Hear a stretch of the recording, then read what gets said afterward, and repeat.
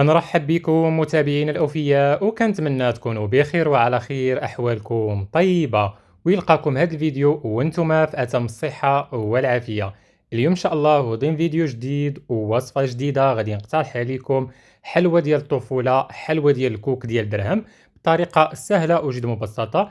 تحضروها وتنجح معكم وتعطيكم واحد النتيجة اللي جد رائعة. وكيف العادة كنوجه تحية كبيرة لجميع الإخوان والأخوات اللي يلاه كيلتحقوا بالقناة وبلي باج. كنقول لكم مرحبا وألف مرحبا بكم. كنتمنى الوصفات اللي كنتشاركها معكم تنال الاستحسان ديالكم وتروقكم. كيف العادة ما تمشيو فين، خليكم معايا باش تشوفوا الوصفة من الأول حتى الأخير مع جميع المراحل ديال التحضير، مقادير وطريقة أسرار نجاح الوصفة. على بركة الله غادي نبداو الوصفة ديال اليوم.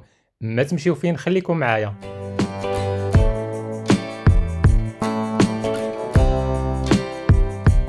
كنرحب بكم متابعينا الأوفياء مرة أخرى، وغادي نبداو الوصفة ديالنا على بركة الله مباشرة. غادي ندوزو للطريقة مع المقادير في نفس الوقت. فهاشوار اللي كتكون ناشفة من الماء. غنحتاج معكم 180 غرام ديال الكوك نوعية جيدة.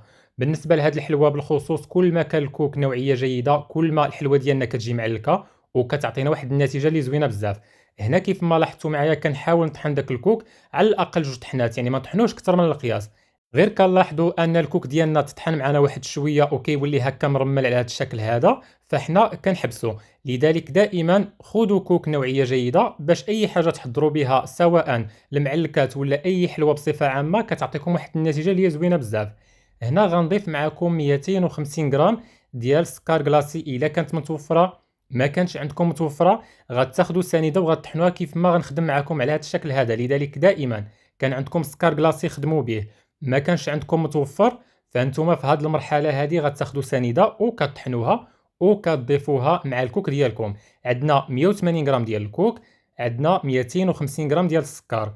وبالنسبه للاخوات اللي ما كيعجبهمش الحلاوه بزاف، راه هاد الحلوه هذه كتجي حلوه، فالدور ديال السكر كيعطينا واحد التحميره اللي كتكون زوينه وكيزيد لنا حتى التعليكه لهاد الحلوه ديال درهم. لذلك دائما ممكن انكم تحضروها مره في شحال لوليداتكم. هنا كيف ما لاحظتوا معايا ضفت معكم واحد رشه ديال الملح وضفت معاها نصف ملعقه صغيره ديال بودر فاني باش هكا كنسموا هاد الحلوه هذه وكتكون داك المزيج ديال الكوك مع الفاني كيعطي واحد الكيليبراج اللي هو زوين. وكنتمنى فعلا انكم تجربوا هاد الوصفه هذه لانها كتستحق التجربه. هنا كيف ما لاحظتوا معايا من بعد ما دمجت النواشف جيدا كناخذ 3 ديال البيض ديال البيض ما يعادل 115 غرام. ملاحظه مهمه غنشير بها الاخوان والاخوات اللي هي كميه ديال البيض كتبقى حسب النواشف اللي عندنا. دائما البيض كنضيفوا شويه بشويه وحنا كنخدموا الخليط ديالنا. واهم حاجه ان القوام ديال الخليط ديالنا ما يكونش مرخوف اكثر من القياس لاننا مازال غنديروا فوق حمام مائي وغادي ترخف معنا.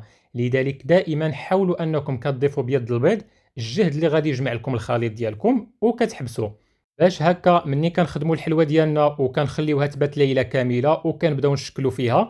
مني كنطيبوها في الفران فهي كتبقى محافظه لنا على الفورم ديالها وكتعطينا واحد الشكل اللي كيكون مزيان. عكس انكم الا درتوا الخليط شويه مرخوف من الاول، في هذه المرحله مني غتدخلوا الحلوه ديالكم للفران فهي غتهبط معاكم. لذلك ردوا البال من هذا التفصيل هذا، الله يسهل عليكم. هنا كيف ما كتلاحظوا معايا من بعد ما دمجت الخليط ديالي جيدا كنردو فوق حمام مائي ودائما النار اللي كتكون مهيله وكنحاولوا نحطوا داك الخليط لمده ديال 10 دقائق حتى لربع ساعه. وحنا كنخدموا داك السكر مع ابيض البيض يعني كنطيبوه نص طياب. لذلك دائما كتحاولوا انكم كتخدموا الخليط ديالكم جيدا فوق حمام مائي نار اللي كتكون مهيله حتى كتلاحظوا ان الخليط ديالكم ولا سلس. في هذه المرحله هذه كنحبسوا. وبالنسبه للاخوات باش غتعرفوا ان الخليط ديالكم واجد كتهزوا واحد الكميه سواء بمعلقه او بسباتولا وكتلاحظوا انه ولا يعني كيهبط معكم بكل سهوله. في هذه المرحله فانتم كتوقفوا. لذلك دائما اعطيو الخاطر لهذه الحلوه هذه باش ان شاء الله باذن الله الوصفه تنجح معكم وتعطيكم نتيجه مزيانه بزاف. واهم نقطه ما تدخلوش كميه ديال البيض اكثر من القياس، الجهد اللي يجمع لكم الكوك وداك السكر كلاصي. كنتمنى هذه النقطه تكون واضحه. واي نقطه ما واضحه لكمش كيف ما كنقول دائما كتبوها لي في التعاليق وراني كنجاوب عليها جميع الاخوان والاخوات بدون استثناء. وكيف العاده كنوجه تحيه كبيره لاحلى متابعين، كنقول لكم مرحبا والف مرحبا بكم. كنتمنى الوصفات اللي كنشاركها معكم تنال الاستحسان ديالكم وتروقكم. وكنشكركم على التعاليق الرائعه ديالكم اللي دائما كتشجعني وكتحفزني باش ندرج معكم الجديد والمزيد. واكيد ما كنساش الناس اللي ديجا معايا في القناه حتى هما كنقول لكم الله يكبر بكم ويعطيكم ربي ما كتمناو. وبالنسبه للاخوان والاخوات اللي يلاه كيلتحقوا بالقناه، غادي نخلي لكم البعض من الاقتراحات ديال الوصفات اللي سبق ليا تشاركتهم معكم، وصفات اللي هما ناجحين. وكيف ما كنقول دائما، اي وصفه بغيتوها تنجح معكم تبعوها من الاول حتى الاخير، باش ان شاء الله باذن الله تنجح معكم الوصفه وما تضيعوش في المقادير ديالكم. هنا كيف ما كتلاحظوا معايا، من بعد ما خدمنا داك الكوكو ابيض البيض جيدا فوق حمام مائي لمده ديال ربع ساعه، في هذه المرحله كنحيدوا اللوبول ديالنا وكنديروا له واحد الفيلم اليمونتير اللي كيكون ملامس للخليط. ضروري كديروا البلاستيك كتكون كتلامس لنا الوجه، وكنحطوها في الثلاجه على الاقل تبات معنا ليله كامله. كل ما خلينا الخليط ديالنا برد مزيان، كل ما كيعطينا واحد النتيجه اللي هي مزيانه. اولا الكوك ديالنا كيتشرب، ثاني حاجه ملي كنجيو نشكلوا هاد الحلوه ديال الكوك فهي كتشكل معنا بكل سهوله وكتعطينا نتيجه اللي مزيانه بزاف. في هاد المرحله هادي من بعد ما خليت الخليط ليله كامله، كنشعل الفران دائما. الا كان فران ديال الضو كنديروه على 200 درجه، النار من التحت ومن الفوق، كيسخن لمده 10 دقائق. الا كان فران ديال الغاز، النار اللي كتكون فوق مهيله واحد شويه على ما كيسخن. فاش كيسخن الفران كندخلوا اللاطه ديالنا وكنقصوا النار واحد شويه. لذلك دائما حاولوا انكم تسخنوا الفران ديالكم من قبل، عاد كدوزوا باش كتاخذوا كميه قليله من زيت نباتيه كتبقاو دهنوا بها يديكم وكتشكلوا هذه الحلوه ديال الكوك. هذا اقتراح بسيط لجميع الاخوان والاخوات اللي عندهم هكا وليدات كيبغيو داك الحلويات ديال درهم التقليديه القديمه. عطيتكم هذه الفكره هذه باش تحضروها. اما الناس الكبار ما شاء الله عليهم، يعني كاين اللي ما كتعجبهمش هكا كميه ديال السكر، لذلك دائما ممكن انكم تنقصوا كميه ديال السكر. انما الدور ديال السكر كيف ما قلت من قبل فهو كيحمر لنا الحلوه وكيعطيها واحد اللون اللي كيكون جميل. ثاني نقطه كيزيدها تعليكه. لذلك دائما الا كانوا ناس يعني كبار في العمر في هذه المرحله هذه ممكن انهم ينقصوا الكميه السكر، يعني نديروا قد السكر قد الكوك.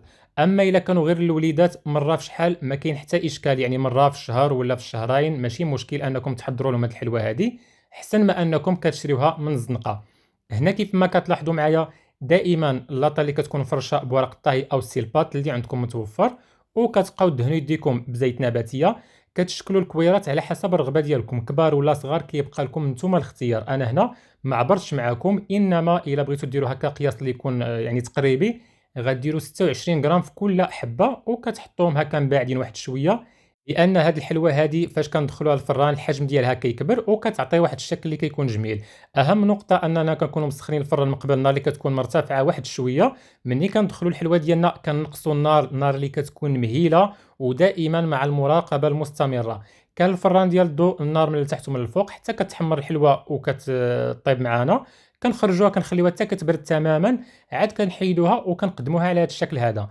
هنا غادي نقسم معكم واحد الحبه باش تشوفوا الحلوه ديال الدرهم كي كتجي ما شاء الله كلها معلكه، والتحميره ديالها ما شاء الله غير فران ديال الغاز. وكيف ما كنقول دائما السر كله في داك الكميه ديال السكر. بالنسبه للاخوات يعني ناس كبار، الا بغيتوا تنقصوا الكميه السكر ما كاين حتى اشكال، راني كنقولها دائما فقط هكا باش كنحصلوا على هذا اللون الجميل. كيف العاده الا عجبتكم الوصفه ما تنساوش تشاركوها في مواقع التواصل، بارطاجيوها مع الاهل والاصدقاء والمعارف ديالكم. كيف العاده زير لايك للاعجاب باش دائما كتشجعوني نرجع معكم الجديد والمزيد، ومنها كتعم الفائده. وكيف العاده كومونتير زوين بحالكم والهلا يخطيكم عليا. كيف العاده ما سخيتش بكم، وصلنا وسط نهايتها. كانت عباره عن حلوه ديال الكوك، حلوه ديال درهم بطريقه سهله وجد مبسطه. الاهم تحضروها وتنجح معكم من التجربه الاولى. كيف العاده ما سخيتش بكم، دمتم في رعايه الله وحده، الى الملتقى في وصفه قادمه ان شاء الله. مع السلامه.